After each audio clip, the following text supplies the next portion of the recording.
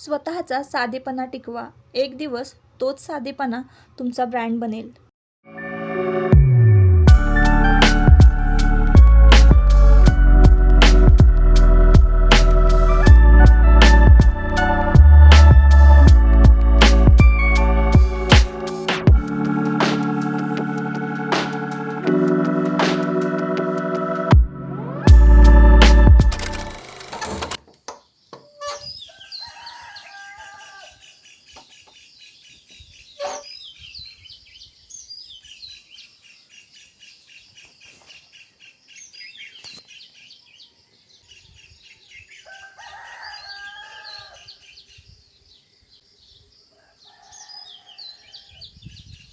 Hello, नमस्कार. मी सुप्रिया आणखी एका नवीन व्लॉगमध्ये आपलं मनापासून स्वागत करते. तुम्हाला आजचा दिवस सुखाचा, आनंदी आणि आरोग्यदायी जाओ. तुम्ही जी काही स्वप्न पाहिली असतील ती सगळी स्वप्न तुमची पूर्ण होत. त्याचबरोबर शुभ सकाळ सर्वांना. पहाटेची वेळ आहे आणि 5:30 5:15च्या आसपासचं हे टायमिंग असावं. तर तेव्हा मी उठले होते आणि माझं जे काही रुटीन आहे म्हणजे कोमट पाणी पिणं, मेडिटेशन करणं, घरातली स्वच्छता करणं, लोटझाड करणं, अंगणातलं लोटून काढणं, तुळशीला पाणी घालणं, देवपूजा करणं, ह्या सगळ्या ज्या गोष्टी आहेत, ही सगळी जी कामं आहेत ती झालेली आहेत. आणि आता ना मी सुरुवात केलेली आहे डब्याला. तर ना आता काय होतं आहे ना, सध्या बघा वातावरण असं आहे पावसाचं आणि आम्ही सोलर बसवलेलं आहे. तर सोलरचं पाणी आहे ना तापतच नाही आहे. तर त्यामुळं काय होतं ना, गॅसवर पाणी तापवावं लागतं. ही एक कैरी तुम्हाला दाखवत होते मी. तर ती कच्ची कैरी मिळालेली आहे. आता बघा आंबे ना बऱ्यापैकी पिकलेलेच आहेत झाडांवर आणि गुळांबा करायचा असेल तर आपल्याला कच्ची कैरीच लागते. तर देवपूजा वगैरे झाली आणि किचन कट्ट्यावर असा धूप लावला ना सकाळी सकाळी, खूप भारी वाटतं. मी प्रत्येक व्हिडिओमध्ये तुम्हाला सांगत असते. सकाळी सकाळची ही वेळ जी आहे ना, आत्ता 7चं टायमिंग आहे आणि 7च्या आधीच खरं तर पूजा आटपलेली होती. आज जरा लवकर उठले होते. तर 5-5:30 वाजता उठलं ना की 7 वाजेपर्यंत सगळी कामं पण आटपतात आणि देवपूजा पण आटपते. आणि देवपूजा झाली ना की पहिली मग चहाची तलब होते. देवपूजा झाल्याशिवाय मी चहा घेत नाही. पहिल्यापासूनच सवय आहे आणि काळा चहा घेतला ना भारी वाटतं. तर बरेच जण विचारतात काळा चहा, तर मी ना आधीपासूनच काळा चहा पिते म्हणजे पित्ताचा पण त्रास होत नाही. आणि आयुषचे पप्पा पण घेतात म्हणजे तुमचे दादा पण काळा चहा घेतात. तर सकाळी सकाळी देवपूजा झाली आहे बघा. घरभर असं छान धूप दरवळतोय, दिवा लावलेला आहे आणि इतकी छान ही जास्वंदीची लाल गुलाबी फुलं आहेत ना, खरंच भारी दिसतात. आणि रोज मी तुम्हाला सकाळी सकाळी देवपूजा जी आहे ती दाखवत असते. तर मागच्या व्हिडिओमध्ये एका ताईंनी विचारलं होतं की तुम्ही ते टाक जे आहेत ना ते करून घेतलेत की रेडीमेड घेतलेत. तर बघा आपण आपले कुलदैवतेचं टाक जे आहे ना ते आपल्याला करूनच घ्यावे लागतात. रेडीमेड असे केलेले नसतात कारण हे साच्यामधूनच केले जातात टाक. पण कसं असतं ना, प्रत्येक देवाचा जे साचा आहे ना तो वेगळा असतो. आता खंडोबा कसा ओळखायचा बघा, घोड्यावर बसलेले असतात खंडेराय आणि त्याच्या खाली जे आहे ना त्या टाकावर कुत्र्याचं चित्र असतं, श्वान असतं, छोटं श्वानाचं चित्र असतं. तर ते खंडोबाचा टाक आणि असं प्रत्येक देवाचा टाक असतो. काळभैरवाचा जर टाक असेल तर त्यावर खाली नागाचं चिन्ह असतं. असं आहे. तर आमच्याकडे 5 महाराष्ट्रातले मुख्य कुलदैवत म्हणजे जे आहेत ना त्यांचं काळभैरवनाथाचं एक आमचं आहे, गावदेवता ज्योतिबा त्यांचं आहे, मग कोल्हापूरची महालक्ष्मी आणि अंबाबाई, हो कोल्हापूरची महालक्ष्मी देवी अंबाबाई आणि तुळजापूरची तुळजाभवानी आई आणि जेजुरीची खंडेराई, हे 5 टाक मी करून घेतलेले आहेत. ज्यांना आपलं कुलदैवत माहिती नसेल त्यांनी, जर तुम्ही महाराष्ट्रात राहत असाल तर संपूर्ण महाराष्ट्राचं, अखंड महाराष्ट्राचं आराध्य दैवत म्हणजे आई तुळजाभवानी, कोल्हापूरची आई अंबाबाई आणि ज्योतिबा देवता, काळभैरवनाथ आणि हे खंडेराय. तर हे आपले कुलदैवत आहे. त्यांनी ब्राह्मणांना विचारायचं आणि ते कुलदैवताचे टाक जे आहेत ते करून घ्यायचे. तर बाहेर कपडे वगैरे वाळत घातले होते आणि चहा ठेवलेला. मस्तपैकी छान धूप दरवळत होता. तर चहा वगैरे घेतला की लगेचच मी इकडे कामाला लागलेली आहे. टिफिन, तर आजचा टिफिन करायचा आहे. तर काय होतं ना, रोज डब्याला काय करावं असा प्रश्न पडतो. रोज रोज भाज्या दिल्या ना मुलं पण कंटाळतात. म्हणून मग मी आज मस्तपैकी असा पराठा करायचं ठरवलेला आहे. तर काल मार्केटमधून ना मी फ्रेश अशी पालकाची पेंडी आणली होती. आता म्हटलं चला घरातली सगळी कामं जरी आटपली ना तर थोडी थोडकी जी कामं आहेत ना ती पाठीमागं राहतात. तर ही भांडी जी आहेत ना मांडणीला नाही ना लावली दिवसभर की मग जी वाळलेली भांडी आहेत ना मांडणीमध्ये खाली टबमध्ये ती पण ओली होतात. कारण आपण भांडी राहिलेली जी आहे ती धुवून टबमध्ये ठेवत असतो. तर मी ते आधी व्यवस्थित लावून घेतली. किचन कट्टा छान मोकळा केला आणि चला मग म्हटलं आता कामाला लागायला काय हरकत नाही. किचन कट्टा मोकळा असेल तर काम पटापट करता येतं. तर आता बघा पालक स्वच्छ धुवून घेते आणि आजच्या व्हिडिओमध्ये मी तुमच्याबरोबर पालकाची रेसिपी शेअर करणार आहे आणि काही थोडी प्रश्नांची जी उत्तर आहे मागच्या व्हिडिओमध्ये अगदी थोडक्यात सांगण्याचा प्रयत्न करणार आहे. ज्यांनी मला प्रश्न विचारलेले आहेत व्हिडिओ संबंधित किंवा चॅनल संबंधित, तर ते सगळे प्रश्न मी आता या व्हिडिओमध्ये घेणार आहे. तर छोटे 2-3 प्रश्न आहेत ते मी त्याचं उत्तर तुम्हाला एकत्रच देणार आहे. तर खूप साधे सोपे नेहमीच सगळ्यांना पडणारा प्रश्न जो आहे ना की चॅनलला व्ह्यूज का येत नाही, आपल्या व्हिडिओला व्ह्यूज का येत नाही, चॅनल ग्रो का होत नाही असा प्रश्न आहे. आणि मग त्यानंतर ॲड्सन अकाउंट पिन कधी मिळतं आपल्याला असा पण एक प्रश्न आहे. तर बघा काय होतं ना सुरुवातीला आपल्याला काही सेटिंग्स माहिती नसतात. तसं सेटिंग्सचे पण प्रश्न विचारलेले आहेत मला की YT सेटिंग किंवा यूट्यूब सेटिंग कसं करायचं. तर खरं सांगू का ताईंनो, आता मी काही टेकचं चॅनल वगैरे चालवत नाही आहे. आता माझे जे आहेत ब्लॉग तर आपले साधे सिम्पल डेली व्लॉग आहेत आणि मी टेकचे वगैरे काही मला एवढं जास्त माहिती नाही आहे. मी कसा चॅनल ग्रो करत गेले ह्या अनुभवातूनच मी तुम्हाला थोडंफार सांगणार आहे. तर कसं आहे, ज्यांचे टेकचे चॅनल आहेत त्यांनी प्रॉपर त्या विषयावर व्हिडिओ बनवलेले असतात.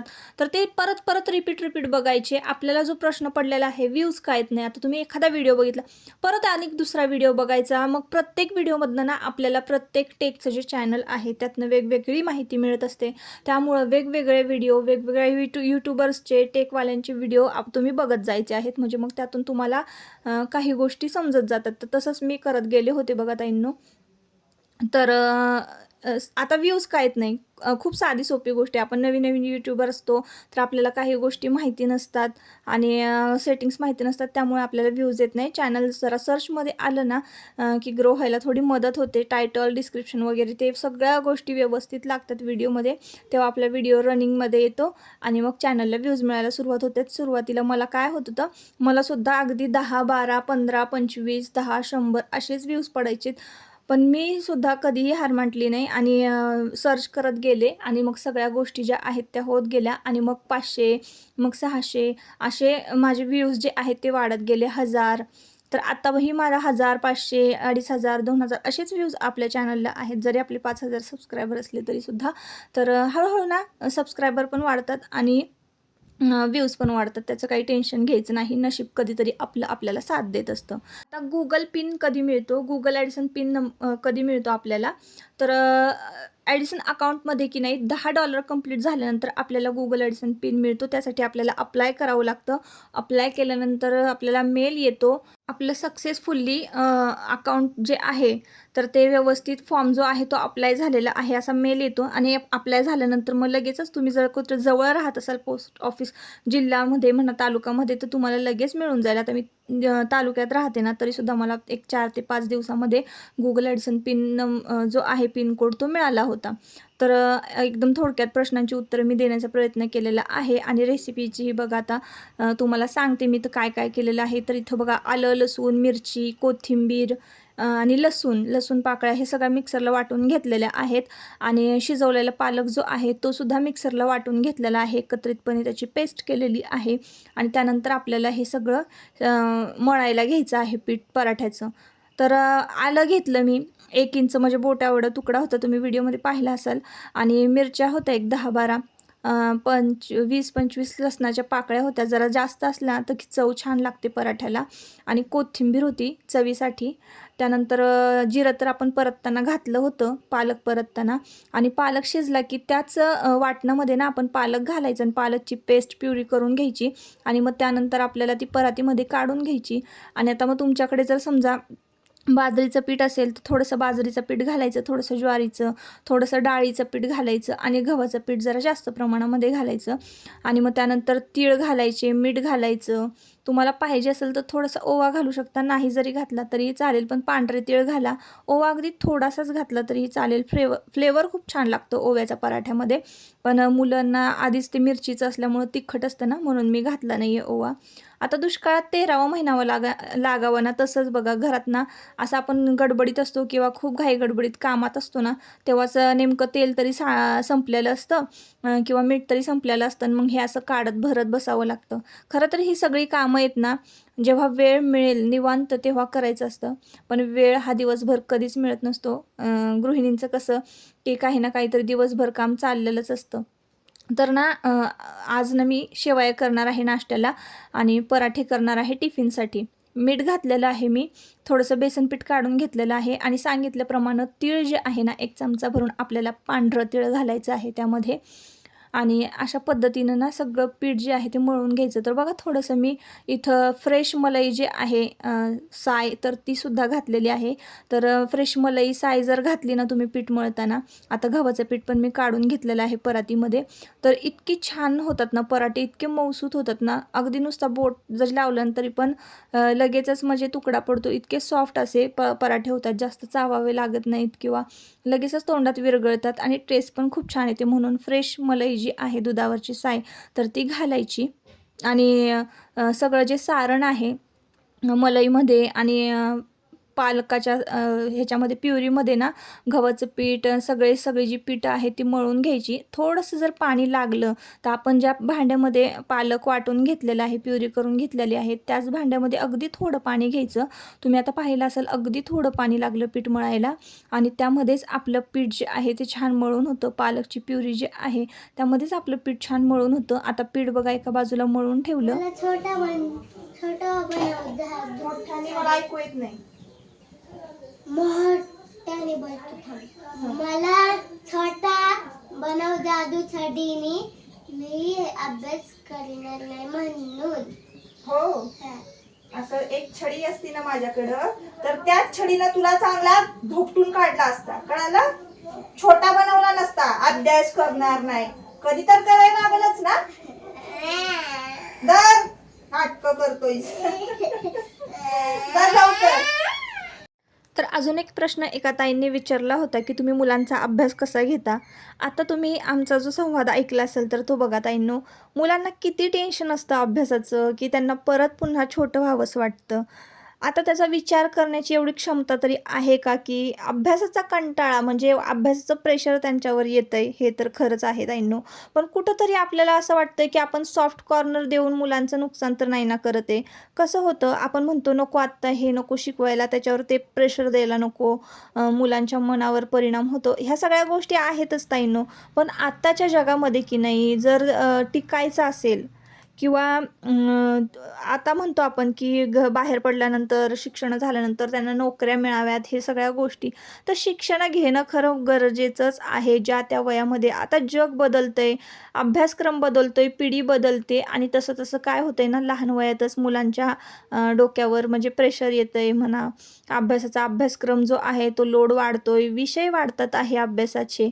तर ह्या सगळ्या गोष्टी आता बघा जग बदलतंय, कलियुग आहे, तर त्यामुळं थोडं तरी प्रेशर, थोडं तरी सगळ्या गोष्टी ना ह्या कराव्याच लागणार आहेत आपल्याला.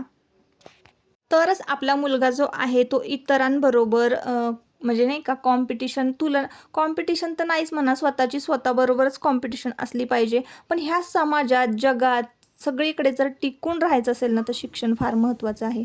तर गोड बोलून त्याला ना जेवायला दिलं आणि लगेचच इकडं आता मी पराठे लाटायला घेतलेले आहे. तर घाई गडबडीमध्ये ना मी तुम्हाला पराठे म्हणजे लाटून दाखवलेच नाही. आधी मुलांना लाटून घेतले पटपट आणि मग लगेचच म्हटलं चला आता मुलं गेलेली आहेत स्कूलमध्ये.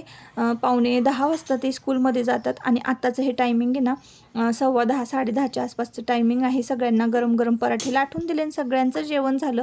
फक्त मीच राहिली होती पराठा खायचे. तर म्हटलं चला आता तुमच्याबरोबर ना पराठा तुम्हाला लाटून पण दाखवते, किती छान सॉफ्ट होतं ते सुद्धा मी तुम्हाला दाखवते. आणि आता कढईसुद्धा मी एका बाजूला बघा ठेवलेली आहे तापायला. तर मी पुरीसुद्धा या पिठाची तुम्हाला करून दाखवणार आहे. तर त्याच पिठाची की नाही पुरी पण खूप छान होते, पण आपण त्यामध्ये ना मळताना मलाई घातलेली आहे. तर त्यामुळं ना काय होतं, तेल जास्त धरतं. आता तुम्हाला जर ह्या पिठाची पुरी करायची आहे, म्हणजे पालक पुरी जर करायची असेल ना, तर तुम्ही फक्त मलाई स्किप करायची आहे. नाहीतर जी रेसिपी मी जशी सांगितलेली आहे, जशीच्या तशी तुम्ही ती करायची आहे. अगदी सोपी आहे. तर काय होतं ना, मी आता काही प्रश्नांची उत्तरं देता आहे की नाही, तुम्हाला रेसिपी कळाली नसेल म्हणून पुन्हा एकदा समजावून सांगते. तर बघा, मी काय साहित्य घेतलेलं आहे. कोथिंबीर फक्त मुठभर घेतली होती. एक 7-8 मिरच्या घेतल्या होत्या. 20 लसणाच्या पाकळ्या असतील, 20च्या आसपास असाव्यात, काय मोजल्या नाही, पण 20 जास्त प्रमाणामध्ये 2 कुड्या मी लसूण घेतलेला होता. 1 इंच आल्याचा तुकडा घेतलेला होता. आणि ही सगळी जिन्नस मिक्सरच्या भांड्यामध्ये वाटून घ्यायचं. पालक थोडंसं तेल घालून, जिरं घालून परतून घ्यायचा, शिजवून घ्यायचा. आणि त्याच ह्याच्यामध्ये वाटणामध्ये पालक जो आहे तो वाटून घ्यायचा. आणि सगळी पिठं जी आहेत ती मिक्स करून आपला पालक जो आहे, म्हणजे पीठ जे आहे त्या पालकामध्ये मळून घ्यायचं. आणि अशा पद्धतीनं आपले सोप्या साध्या पद्धतीनं आपले पराठे जे आहे, पालक पराठेही होतात आणि पालक पुरीही होती. तर फक्त पुरी करताना आहे ना, आपण मलाई स्किप करायची आहे. आणि बघा, पटपट पटपट मी ना इकडं पुऱ्यासुद्धा लाटून घेतलेला आहे. पीठ छान घट्टसर असा गोळा मळलेला होता, त्यामुळं ना पराठा पण लाटता आला. तर एक पराठा मी तुम्हाला लाटून दाखवलेला आहे. आणि पुरीसुद्धा 1-2 करून दाखवलेली आहे. तर थोडंसं कडक तेल तापवायचं. तर बघा, तुम्हाला थोडंसं तेल जरा जास्त दिसत असेल तर आपण त्यामध्ये मलाई घातली ना, त्यामुळं पुरींना तेल ना जास्त जरा धरलेलं आहे. नाही तर याच्यापेक्षा ड्राय होतात पुऱ्या जर तुम्ही मलाई त्यामध्ये स्किप केली तर. आणि सॉसबरोबर, चहाबरोबर, दह्याबरोबर पराठा पुरी तुम्ही खाऊ शकता. एकदम मस्त आणि टेस्टी लागते. आणि प्रश्नांची उत्तरं जी मी काही दिलेली आहेत, काही जणांची प्रश्नांची उत्तरं होती, तर ती पण तुम्हाला समाधानकारक मिळाली असावी अशी मी आशा करते. आता संध्याकाळची वेळ झालेली आहे आणि सध्या ना मी स्कूटीच्या ट्रेनिंगला जात आहे, स्कूटी शिकत आहे. तर त्यामुळं ना जरा बाहेर आली होती. तर चला म्हटलं तुम्हाला आजूबाजूची फुलंसुद्धा दाखवावीत. गार्डन आहे जे बरेच दिवस झालं मी तुमच्याबरोबर शेअर केलं नाही. तर कृष्णकमळ जो आहे हा, तर बाहेर सगळा संपूर्ण वेल जो आहे तो पसरलेला आहे. असं कृष्णकमळाचं फूल असतं बघा. आणि त्यानंतर जुईची पण फुलं ना खूप छान बहर आलेला आहे जुईला. बघा इकडे इतकी छान हलतात ना संध्याकाळचा, फुलल्यानंतर सुगंध इतका छान दरवळतो ना घराच्या अवतीभोवती. खरंच ह्या सुगंधानंच खरं तर लक्ष्मी आपल्या घरामध्ये स्थिर राहते. सुगंधित फुलांची झाडं जी आहे ना आपल्या घराच्या आजूबाजूला असली पाहिजे. वातावरणही प्रसन्न राहतं आणि लक्ष्मीचं स्वागतही होतं. तर इकडं बघा, आमचा एरिया जो आहे असा शांत असतो संध्याकाळच्या वेळेला. जो तो आपापल्या कामामध्ये दंग असतो. आणि आता बघा, संध्याकाळची वेळ झाली ना की घरामध्ये लगेच मी आले आणि सगळं घर जे आहे संपूर्ण पुन्हा एकदा आवरलं, दिवाबत्ती केली. आणि देवांश बघा पुन्हा एकदा अभ्यासाला बसलेला आहे. आता ज्याप्रमाणे आपण जेवण रोज जेवतो ना, त्याचप्रमाणे रोज आपल्याला अभ्यास केला पाहिजे, हा एक नियम आपण घालून घ्यायचा आणि मुलांकडनं अभ्यास करून घ्यायचा. म्हणजे मग काय होतं ना, त्यांना पण त्याच गोष्टीची सवय लागते. तर असो ताईंनो, आता या व्हिडिओचा मी शेवट इथंच करते. परत पुन्हा भेटूया आपण नवीन एका व्लॉगमध्ये. तोपर्यंत स्वतःची काळजी घ्या आणि मजेत राहा. चला, बाय बाय.